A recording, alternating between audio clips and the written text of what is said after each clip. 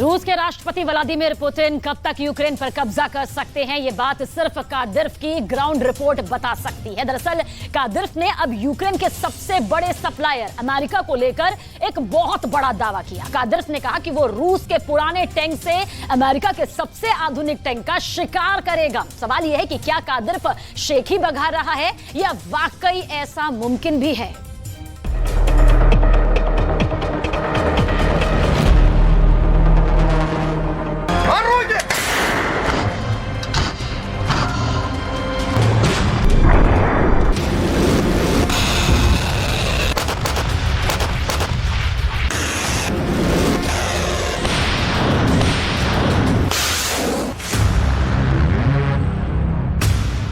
Kadyrov अब tank पर बैठकर आएगा।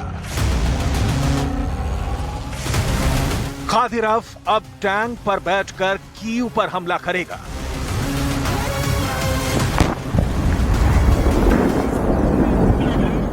कादिरफ ने इस टैंक को अपना नया हथियार बना लिया है और साथ में ऐसी धमकी यूक्रेन को दी है जो ना अभी तक रूस की फौज ने दी, ना ही खुद पुतिन ने दी। पुतिन के सबसे भरोसेमंद कमांडर कादिरफ ने ऐसा ऐलान कर दिया है जिससे ज़ेलेंस्की से ज्यादा बाइडेन दहशत में आ जाएंगे। कादिरफ ने कहा है कि रूस का T-72 टैंक यूक्रेन को अमेरिका से मिलने वाले एब्रम्स टैंक के टुकड़े टुकड़े कर देगा, उसे मूंगफली के दाने की तरह तोड़ देगा।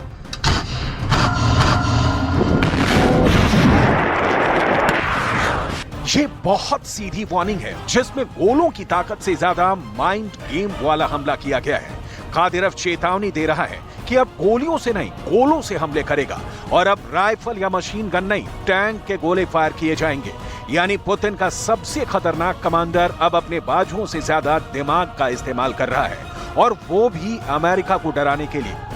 कादिरफ का ये वीडियो इस वक्त पूरे यूरोप, खासकर नेटो देशों में वायरल हो रहा है। टैंक पर सवार कादिरफ पूरे यूक्रेन को कुचलना चाहता है। कादिरफ अब ज़ेलेंस्की की फौज को इसी टैंक पर बैठकर रौंद देना चाहता है, ठीक वैसे ही जैसे पुतिन ने मारियोपोल में यूक्रेन को हराया है और जैसे बखमूत में रूस की फौज ने ज़ेलेंस्की की पोजीशन को तबाह की है। कादिरफ बता रहा है कि रूस का T-72 जो एक दूसरी पीढ़ी का टैंक है, वो अमेरिका के बहुत ही आधुनिक तीसरी पीढ़ी के एब्रम्स टैंक को तबाह कर देगा। कादिरफ की वार्निंग को मजाक समझा जाए या फिर वाकई बाइडेन के टैंक के लिए डरने की बड़ी वजह है। रमजान कादिरफ दावा कर रहा है कि अब T-72 का आधुनिक वर्जन ज़ेलेंस्की को मिलने वाले विदेशी टैंकों को खिलौने की तरह तोड़कर रख देगा। कादिरफ का ये बयान ऐसे वक्त में आया है जब अमेरिका ने ऐलान किया है कि यूक्रेन के सैनिकों को एब्रम्स टैंक पर जल्दी ट्रेनिंग देना शुरू कर दिया जाएगा, और इसके लिए अमेरिका ने अपने 31 एब्रम टैंक जर्मनी पहुंचा दिए हैं, जहां यूक्रेन के सैनिकों को उन पर प्रशिक्षण दिया जाएगा। Can confirm that the 31 M1 Abrams training tanks have arrived at Grafenwehr, Germany, in preparation for subsequent training of Ukrainian tank crews. Those crews are expected to arrive and begin training within the next couple of weeks. As we've discussed previously, this extensive training program for Ukrainian crews and maintainers is intended to prepare them for their critical roles ahead in effectively operating the M1 tank and defending the Ukrainian people. Kadyrov ने अपने Telegram channel पर लिखा है कि T-72 Ukraine को मिलने वाले किसी भी विदेशी टैंक के मुकाबले में बेहतर है। इस पर सवार होकर हमला करना ऐसा जैसे याक पर सवार होकर मछली पकड़ना। इसी मैसेज के साथ उसने ये वीडियो पोस्ट किया है जिसमें वो T-72 पर सवार है। कादिरफ ने कहा है कि वो इसी टैंक पर बैठकर राजधानी कीव में दाखिल होगा और फिर यूक्रेन की फौज को हराकर अमेरिका से मिले एब्रम्स टैंक को मूंगफली की तरह तोड़कर रख देगा। कादिरफ इस वीडियो में बहुत ज्यादा खुश नजर आ रहा है। T-72 को एक बहुत खतरनाक टैंक बता रहा है, लेकिन क्या ये सच है कि वो अमेरिका के सबसे ताकतवर टैंक को हरा सकता है? इस टैंक के बारे में कुछ बातें जानने से पहले देखिए कि यूक्रेन को कौन कौन से टैंक मिल रहे हैं या मिल चुके हैं।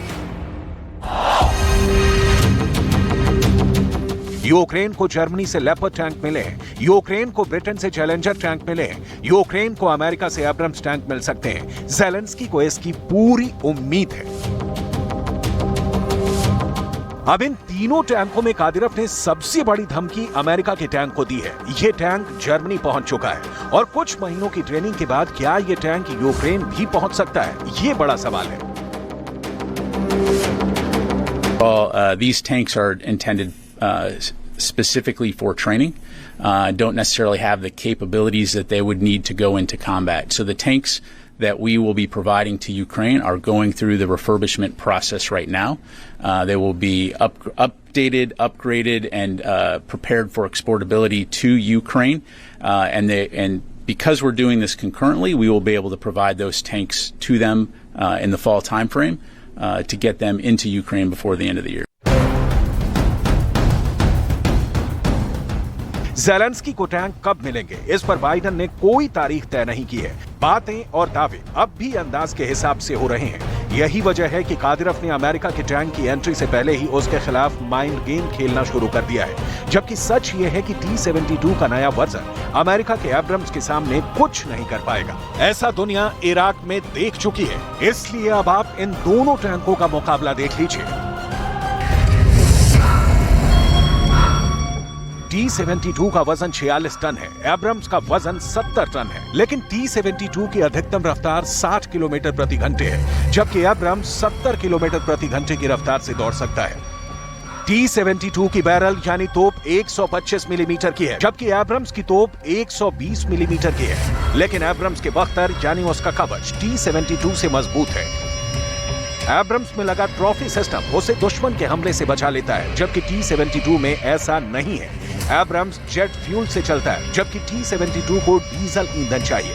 बस यही बात है जिसे लेकर अमेरिका यूक्रेन को यह टैंक देने में ज्यादा जल्दी नहीं दिखा रहा, क्योंकि युद्ध में अगर इस टैंक को जेट फ्यूल नहीं मिला तो ये लोहे का टुकड़ा बनकर रह जाएगा और फिर पुतिन का कोई भी टैंक इस पर आराम से निशाना लगाकर इसे खत्म कर सकता है। Particular tanks, certainly a key aspect of the training will be maintenance and sustainment of that capability. You've heard us talk about the fact that the M1 is a complex machine that requires a lot of maintenance to sustain it, keep it operating, so that will be crucial, which is why we're doing the training in stride with the actual refurbishment of the tanks. So that'll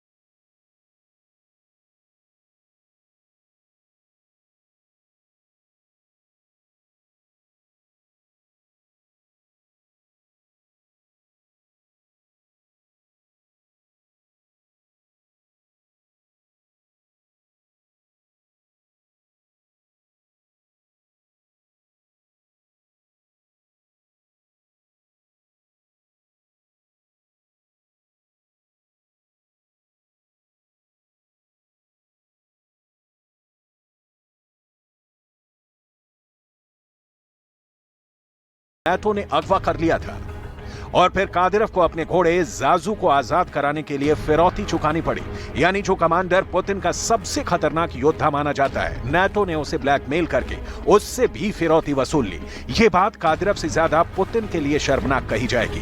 Kadyrov ने अपने घोड़े जाजू को NATO के चंगुल से छुड़ा तो लिया, लेकिन अब उसे फिर डर सता रहा है कि जाजू नहीं तो उसकी किसी और प्यारी चीज के खिलाफ नाटो साजिश रचने वाला है। 16 साल के जाजू को चेक गणराज्य के एक गांव से इसी वर्ष मार्च में चुरा लिया गया था।